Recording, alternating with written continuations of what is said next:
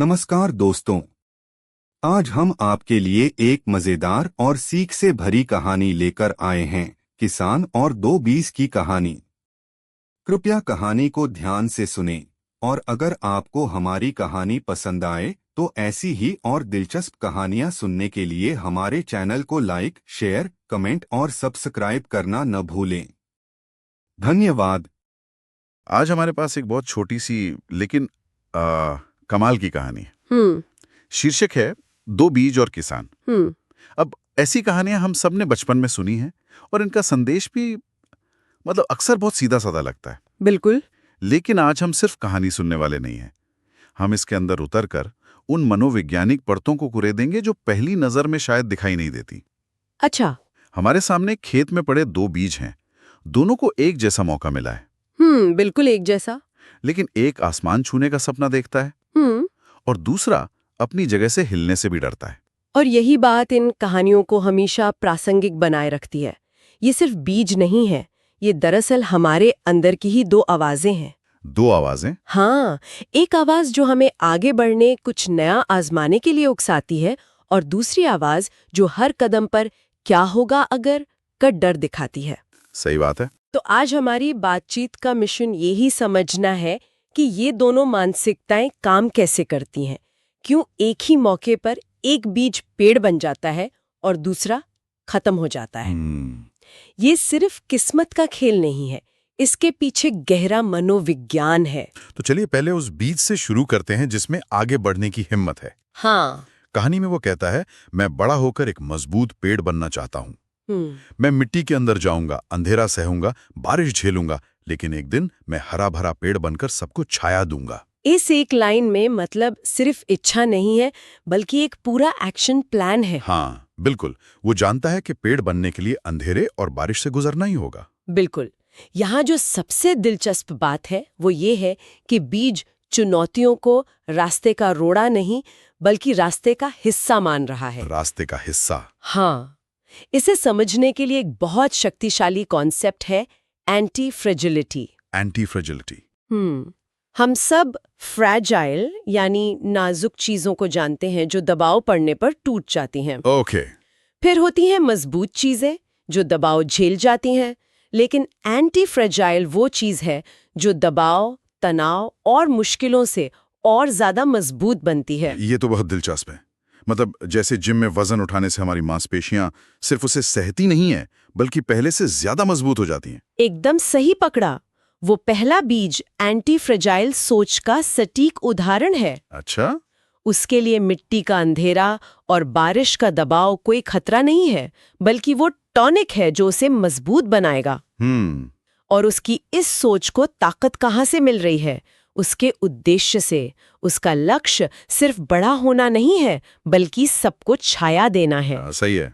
जब आपका मकसद खुद से बड़ा होता है तो आप बड़ी से बड़ी मुश्किल को भी एक जरूरत समझने लगते हैं, मजबूरी नहीं। ये सिर्फ जोखिम लेना नहीं है। नहीं, ये एक उद्देश्य के साथ खुद को बदलने की प्रक्रिया है। तो एक तरफ तो ये महत्वाकांक्षा है जो मुश्किलों को सीढ़ी की तरह देखती है, लेकिन कहानी का असली मर्म तो इसके विरोधाभास में है ना? हाँ। दूसरा बीज इसी मौके को बिल्कुल अलग नजर से देखता है। हाँ, और यहीं पर कहानी हमारे लिए ज्यादा रिलेटेबल हो जाती है, क्योंकि हम सबने कभी ना कभी उस दूसरे बीज की तरह महसूस किया है। वो कहता है, अगर मैं जमीन में गया तो कहीं मुझे कीड़े ना खा जाएं। अगर अंकुर फूटा तो पंछी मुझे न खा जाएं। बिल्कुल। उसका पूरा ध्यान इस बात पर है कि वो क्या खो सकता है, इस पर नहीं कि वो क्या पा सकता है। लेकिन क्या हम उसके डर को पूरी तरह से खारिज कर सकते हैं? असल दुनिया में तो खतरे सच में होते हैं। कीड़े और पंछी सिर्फ कहानियों में नहीं होते। क्या सावधानी और डर के बीच कोई बारीक रेखा नहीं है? बहुत जरूरी सवाल है ये। डर एक स्वाभाविक और जरूरी भावना है। ये हमें खतरों से बचाती है। हाँ। लेकिन यहाँ कहानी एक खास तरह के डर की बात कर रही है। मनोविज्ञान में इसे लॉस अवर्जन कहते हैं। Loss aversion? हाँ, इसका मतलब है कि कुछ पाने की खुशी के मुकाबले कुछ खोने का दर्द हमें ज्यादा महसूस होता है। दूसरा बीज इसी जाल में फंसा है। अच्छा। वो अपनी मौजूदा सुरक्षित स्थिति को, भले ही वो कितनी ही मामूली क्यों ना हो, खोना नहीं चाहता। उसे एक बड़ा पेड़ बनने के फायदे से ज्यादा एक कीड़े द्वारा खाए जाने का जो संभावित नुकसान है वो डरा रहा है। बिल्कुल। और इस चक्कर में वो सबसे बड़ा जोखिम देख ही नहीं पा रहा है। कुछ ना करने का जोखिम। हाँ, कुछ न करने का जोखिम। उसने सोचा कि ठहराव ही सुरक्षा है, पर वो ये भूल गया कि एक बीज जो जमीन पर पड़ा है वो किसी भी चिड़िया के लिए एक आसान निवाला है। सही बात है। उसने खतरे से बचने के लिए जो किया वही उसके विनाश का कारण बन गया। सुरक्षा का ये भ्रम ही अक्सर हमें सबसे ज्यादा असुरक्षित बना देता है। और यहीं पर दोनों के रास्ते पूरी तरह अलग हो जाते हैं और उनके अंजाम भी। बिल्कुल। पहला बीज जिसने संघर्ष को चुना वो एक बड़ा सुंदर पेड़ बन जाता है। वो अपने मकसद में कामयाब होता है, लेकिन दूसरा बीज, एक चिड़िया आती है और उसे खा जाती है। कहानी कहती है क्योंकि वो कभी उगा ही नहीं। हाँ। इसका सार तो यही है कि डर हमें आगे नहीं बढ़ने देता। हाँ, लेकिन अगर हम थोड़ा और गहरा उतरें तो सवाल ये है कि असली सुरक्षा क्या है? ये अच्छा सवाल है। क्या जमीन पर पड़ा रहना ज्यादा सुरक्षित था या एक विशाल पेड़ बन जाना? नहीं, पेड़ बन जाना ही। अब वो जो पेड़ बन चुका है वो छोटे मोटे कीड़ों या किसी एक चिड़िया की पहुंच से बहुत दूर है। सही। वो पहले से कहीं ज्यादा मजबूत और सुरक्षित है।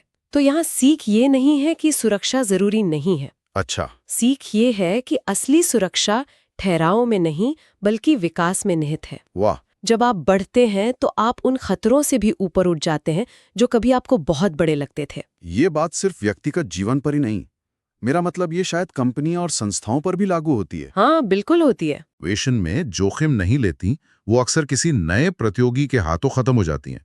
जैसे कोडक का उदाहरण है। कोडैक। उन्होंने डिजिटल कैमरे का आविष्कार किया, लेकिन अपनी फिल्म बेचने के कारोबार को खोने के डर से उसे आगे नहीं बढ़ाया। सही। वो दूसरे बीज की तरह सुरक्षित बने रहे और नतीजा हम सब जानते हैं। बहुत अच्छा उदाहरण है, वो लॉस अवर्जन का क्लासिक केस है। अब एक सवाल जो शायद सुनने वालों के मन में आ रहा होगा, क्या? वो ये है कि क्या हर जोखिम लेना सही है? कहानी ये तो नहीं कह रही कि आंख बंद करके किसी भी खाई में कूद जाओ। हाँ, ये एक जरूरी फर्क है। पहले बीज का जोखिम एक जुआ नहीं था। नहीं, वो एक कैलकुलेटेड रिस्क था। अच्छा। इसे एक उद्यमी और एक जुआरी के फर्क से समझ सकते हैं। जुआरी सिर्फ भाग्य के भरोसे दांव लगाता है, लेकिन एक उद्यमी बाजार का अध्ययन करता है, अपनी तैयारी करता है और फिर एक सोचा समझा जोखिम लेता है। सही। पहले बीज को पता था कि पेड़ बनने के लिए जड़ों को जमीन में जाना ही पड़ता है। ये प्रकृति का नियम था, कोई अंधा दांव नहीं। उसका डर तर्कसंगत विकास के रास्ते में आ रहा था। दूसरे बीज का डर तर्कहीन था, वो क्या होगा अगर, कि अनंत संभावनाओं में खोया हुआ था जिसने उसे लकवाग्रस्त कर दिया। तो मतलब सीख ये नहीं है कि डरना नहीं चाहिए। नहीं, सीख ये है कि डर को ड्राइवर सीट पर नहीं बैठने देना चाहिए। बिल्कुल। डर एक सहयात्री हो सकता है जो आपको सावधान करे, लेकिन गाड़ी का स्टीयरिंग आपके हाथ में होना चाहिए, आपके उद्देश्य के हाथ में। सही बात है। जब हम इन दोनों रास्तों को एक साथ देखते हैं तो एक बड़ी तस्वीर सामने आती है ना। एक तरफ अंधेरे से निकलकर पेड़ बनने का सफर है और दूसरी तरफ रोशनी में रहकर ही खत्म हो जाने की कहानी। बिल्कुल। ये छोटी सी कहानी हमें जीवन के दो मूलभूत रास्ते दिखाती है। एक एंटी फ्रिजिलिटी का रास्ता है जहाँ चुनौती आपको मजबूत बनाती हैं, और दूसरा लॉस एवर्जन का रास्ता है जहाँ बचाने की कोशिश में ही आप सब कुछ गंवा देते हैं। ये चुनाव हर दिन, हर पल हमारे सामने किसी न किसी रूप में आता है। तो इस पूरी बातचीत को समेटते हुए हमने देखा कि ये कहानी सिर्फ हिम्मत और डर की नहीं है। नहीं, ये एंटी फ्रेजाइल बनने, लॉस अवर्शन के जाल को पहचानने और ये समझने की है कि असली सुरक्षा विकास में है, ठहराव में नहीं। और जाते जाते एक आखिरी ख्याल। बताइए। इस कहानी में एक तीसरा किरदार भी है जो पूरी कहानी में चुप रहता है, लेकिन जिसके बिना कहानी शुरू ही नहीं हो सकती। वो किसान। हाँ, किसान। उसने खेत जोता, जमीन को नरम बनाया और दोनों बीजों को एक बराबर मौका दिया।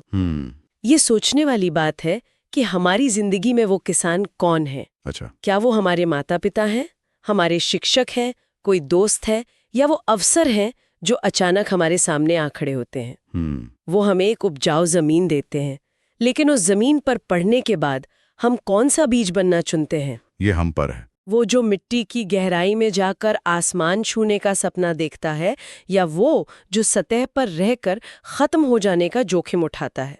फैसला हमेशा हमारा होता है। अगर आपको कहानी अच्छी लगी हो तो ऐसी मजेदार और रोचक कहानियां सुनने के लिए हमारे चैनल को लाइक, शेयर, कमेंट और सब्सक्राइब करना न भूलें। हम आपके लिए अगली कहानी लेकर आएंगे 3 शरारती बच्चों और एक बूढ़ी दादी माँ की, कैसे वे बच्चे शुरू में दादी माँ को बहुत परेशान करते हैं और बाद में वही बच्चे उनका सबसे बड़ा सहारा बन जाते हैं। इस नैतिक शिक्षा से भरी कहानी को देखना न भूलें। बाय, फिर मिलते हैं।